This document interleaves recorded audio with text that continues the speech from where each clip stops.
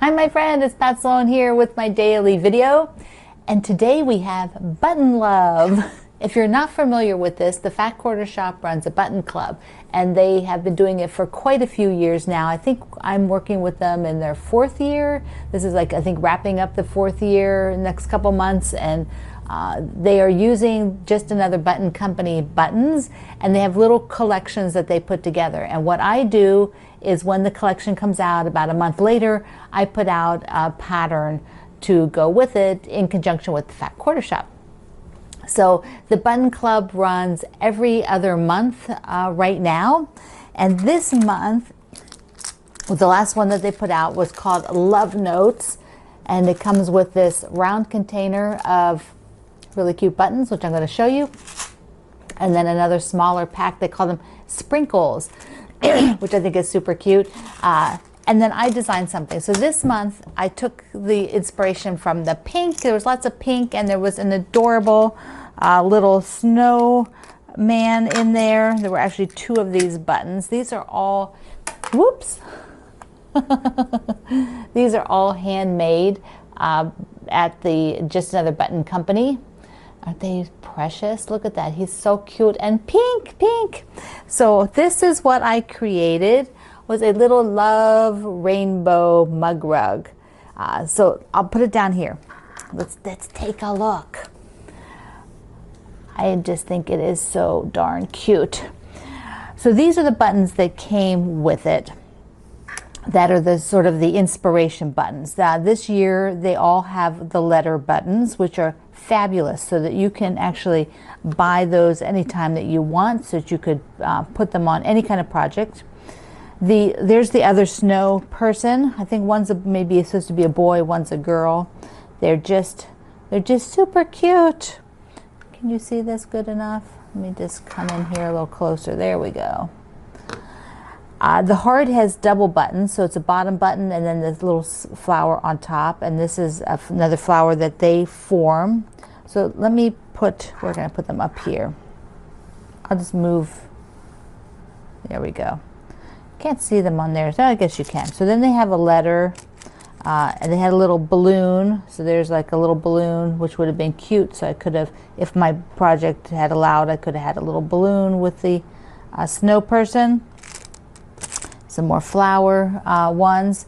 So these are some of the ones I didn't use on here. So if I did a second mug rug, I would put those on it with some of these other buttons. Now I want to pull this back, and I'll just, so they've all different size buttons that come in here. I just love them. Some of them are hand dyed like these, and I believe they buy these also as blanks that they hand dye to the custom. So some are handmade, some are hand dyed. It's a variation. And then the sprinkles are the smaller ones. So you have, you know, these sort of tiny ones here, and there's always lots of cute, sweet little hearts that are in that. Little stars, see the stars. Oh, I just love these, and if you like buttons and you like to decorate with them, it's great fun to get these every other month. So, and you can also then buy the button package now. So like they had the club, which means it would just get automatically sent to you. But now that I showed you this, you can actually buy this button club. It'll come with both the round one and the sprinkles together. You just push that over there. So for the mug rug, I did a couple things that are a little, well, maybe one thing, two things that are a little different that I did. When I traced them, I'll show you here tracing. When I traced them, I did not cut out the center part. I did on one, but it's very tedious because they're fairly narrow, so to get in between there is tedious. So let's come back down here again. Oh, here is the pattern. Well, this is my working one, so you get more to it. And I wrote the numbers on here so that you could keep track when you traced it. But when I trace it, I don't trace it exactly like this because there's not really a lot of room in between here. And so I sort of stagger them a little bit so I have more space to cut. So I'm not sort of trying to maneuver so sharply in between. Also on the pattern you'll download, these four are shaded. I hadn't shaded them yet when I printed this one. I didn't want to waste paper and print another one. So there's how I sort of backed off the hoops for the rainbow, so that they're not all clumped together. It makes it a lot easier for me to cut in between. Now when I fuse this down, cutting out the middle of one of these is pretty tedious. So I just want to show you what one looks like by itself, because sometimes they're hard to visualize. So let me just, there we go. So here is one of the rainbow hoops, and when I normally have applique, I will cut the line like I did the other day on the video for the shamrock. I would cut the line and cut out in between, and you can do that on here, but for this mug rug I just felt it wasn't necessary, so I didn't do it. The other thing I did that is different is, let me get this up close, is that I sewed right across. I did not blanket stitch or stitch down the hoops at all. I used the quilting that I did to sew down the hoops. That is an option with things that you're not going to wash a lot, that will not, even though you might rinse this mug rug, it's not going to probably be thrown in the washer and, you know, agitated heavily. Plus you have all these buttons on them, so you know you're not doing that. So if you were going to wash this, you'd probably just lightly, you know, rinse it by hand, so it won't affect the sort of tips. Really, it's just the tips of a couple of them didn't get caught with the thread. Otherwise, here, I'll show you again. And you can see on my website I have close-up today, so you can see I just went right across with the quilting. So you don't always have to, you know, tack down every edge, but you know when you don't tack down every edge, and if you're going to wash the item a lot, those edges now will, you know, lift up. So, you know, could lift up, and probably would lift up if there was nothing to hold it down, because the fusible would get agitated, and there's not much fusible anyways when you do the cutaway. So hope that makes sense, that for something small like this, I can just use the quilting to hold the applique down. I actually have had a whole quilt done like that before. It's just a method to finish it, and works really well for more decorative items. So for those of you who want to try it, the mug rug is a great one to try it on, so you can see what it is. Yay! That was fun to do.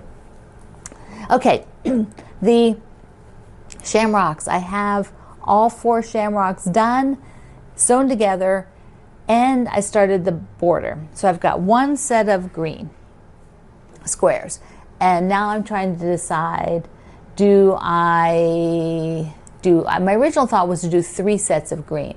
Now that I have one on for the border of all the squares, now that I have one set on, I'm thinking, well, maybe I'll do a white border again, and then another green border, then maybe even another white border, and then binding in green.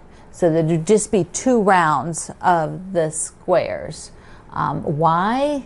Because I want to get it done. And I'd only have to do 1 more round of squares.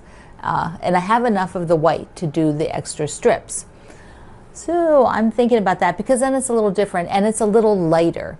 I'm thinking also that 3 rows of the squares might be a bit heavy looking, and now that I can see it together. So I think I'm going to go for the other, where I'll do the next one will be another 2-inch white strip, and then another set of green 2-inch squares, and then 2-inch white strip and a green binding.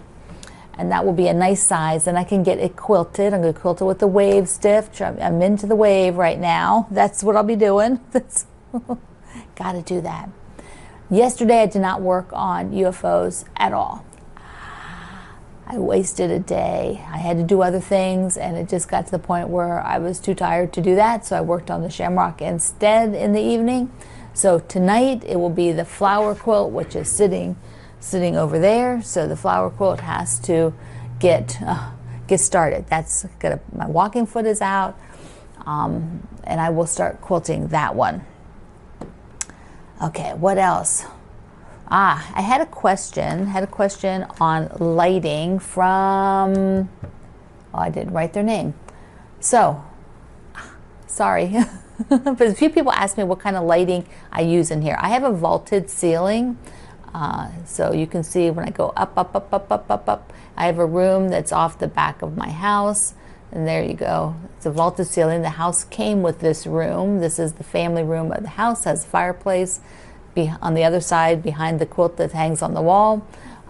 The in-season quilt, there's a fireplace behind there. And so it's vaulted. So it means it doesn't have anything hanging from the ceiling. We've never installed anything. So I use a lot of, unattractive lighting, like those just sort of clamp lights. Where is it? You can see that bright light that's up there. That's just a metal clamp light, a metal shade. But on my desktops, I use the Stella lights. So here is the Stella lighting. Let me see. I thought, oh, it's caught. Here, I'll just unplug it for a second and see if I can plug it in back here. Okay, so this is the Stella light. You can bend the arms. I have the desktop one, and it comes in several coolness of light, three of them. And then you can do, you can take the light down or back up.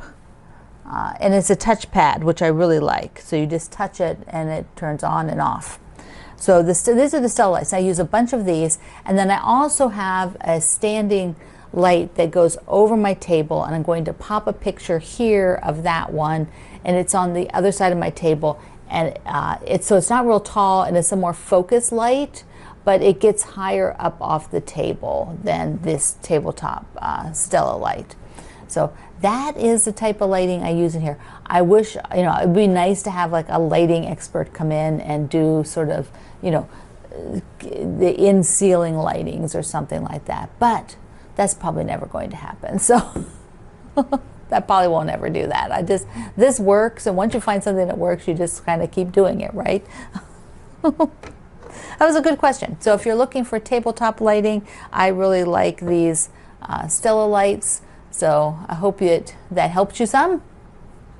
All right, my friend. Links are down below. I love you. Mwah. See you online.